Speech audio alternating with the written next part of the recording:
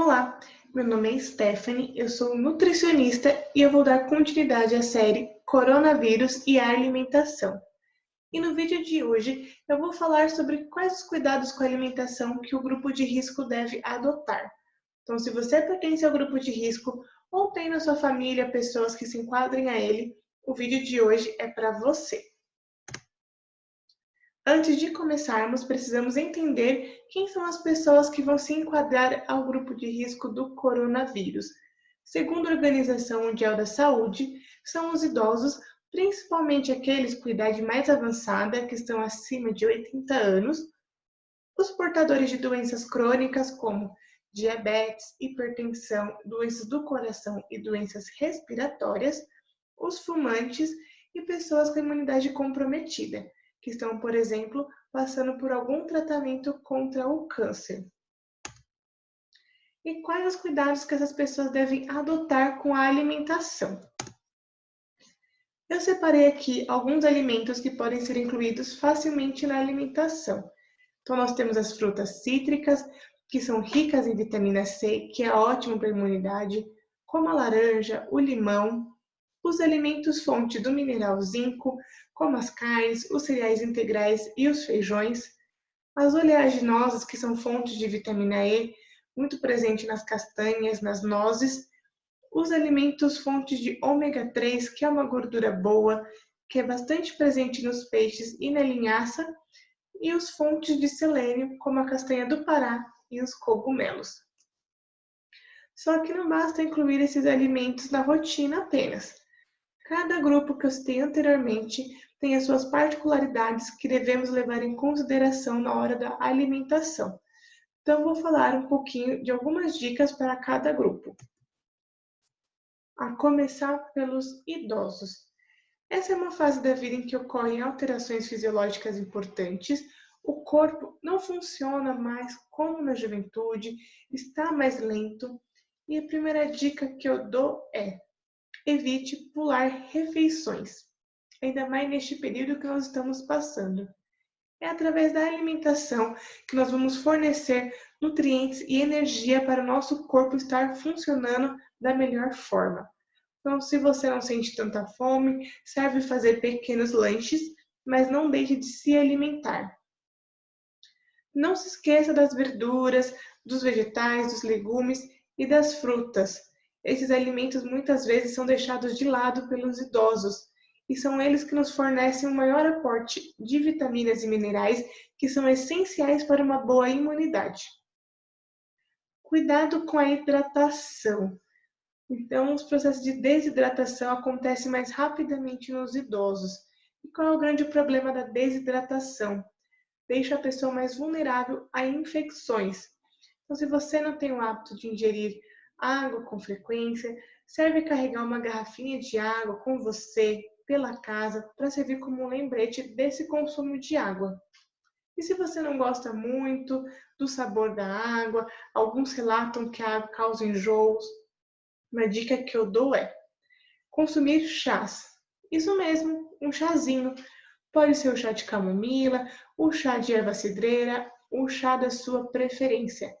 Eles também auxiliam na hidratação. Só prefira consumi-los da forma mais natural possível, evitando utilizar açúcares ou adoçante. Se atente ao consumo de sal e açúcar.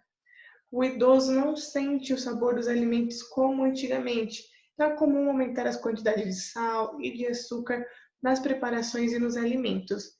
E esse é um hábito que favorece doenças crônicas como diabetes e hipertensão.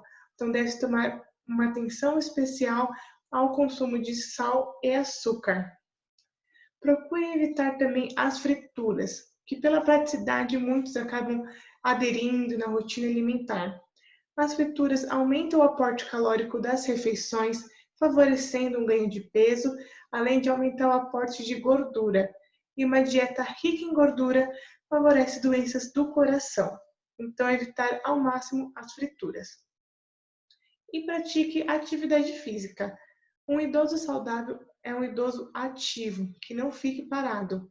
Mas, é claro, tem que se atentar às suas limitações, mas não deixe de se movimentar.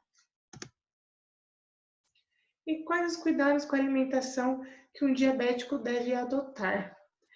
O diabetes é uma doença crônica onde a falta de um hormônio chamado insulina ou esse hormônio não consegue atuar como deveria no nosso organismo. Esse hormônio é responsável por regular as quantidades de glicose, que é o açúcar, na corrente sanguínea. Então, há vários tipos de diabetes. O ideal é você estar sempre em contato com o seu médico ou nutricionista para ter orientações específicas para o seu tipo. Mas eu coloquei aqui algumas orientações gerais que já vão auxiliar bastante na sua alimentação. Então, evite consumir doce, açúcar e alimentos açucarados, que acabam aumentando as quantidades de glicose e de açúcar na corrente sanguínea, causando um quadro chamado hiperglicemia. A hiperglicemia causa problema nos nervos e em diversos órgãos, por isso esses alimentos devem ser evitados ao máximo. Prefira os alimentos integrais aos refinados. Então, por exemplo, preferir consumir o arroz integral ao arroz branco. Os alimentos integrais contêm fibras na sua composição que liberam o açúcar do alimento aos poucos na corrente sanguínea, evitando assim essas quantidades altas de açúcar, evitando hiperglicemia, os quadros de hiperglicemia. Evite alimentos gordurosos. Uma dieta rica em gordura dificulta a ação da insulina no nosso organismo. Evite também o jejum prolongado. O jejum prolongado, ficar longos períodos sem se alimentar, faz com que ocorra um quadro oposto da hiperglicemia, que é a hipoglicemia, quando tem pouca glicose e pouco açúcar na corrente sanguínea. Isso acaba causando fraqueza na pessoa, palpitação e pode até levar a uma perda de consciência, porque as nossas células precisam de glicose, precisam desse açúcar para ter energia. Então, o excesso não é nada benéfico e não ter pouco também não. Então, procure realizar lanches intermediários. Se for sair e não tiver a possibilidade de realizar alguma refeição, carregue sempre um alimento com você, mas evite ficar longos períodos sem se alimentar. Pratique atividade física, que é importante também no controle da glicemia, e não se esqueça de consumir os vegetais, os legumes e as frutas.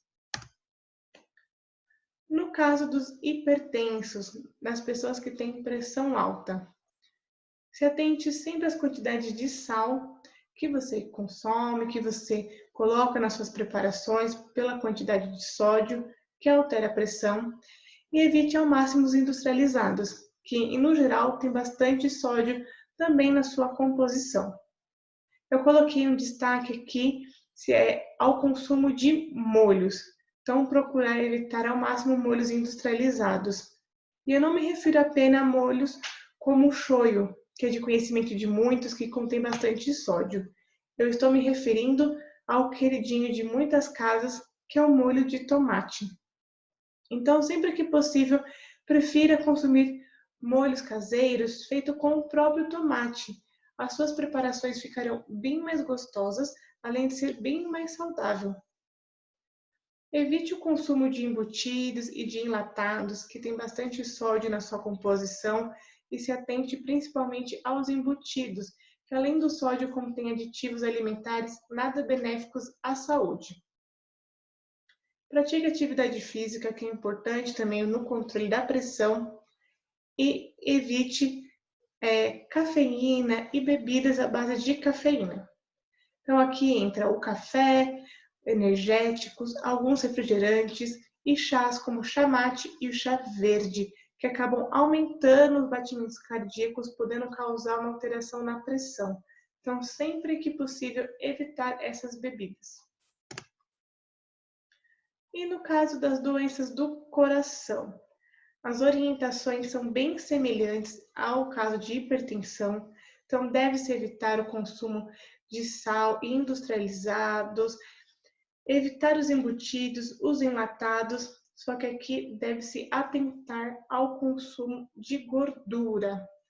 No caso das doenças do coração, deve-se procurar ter uma alimentação pobre em gordura.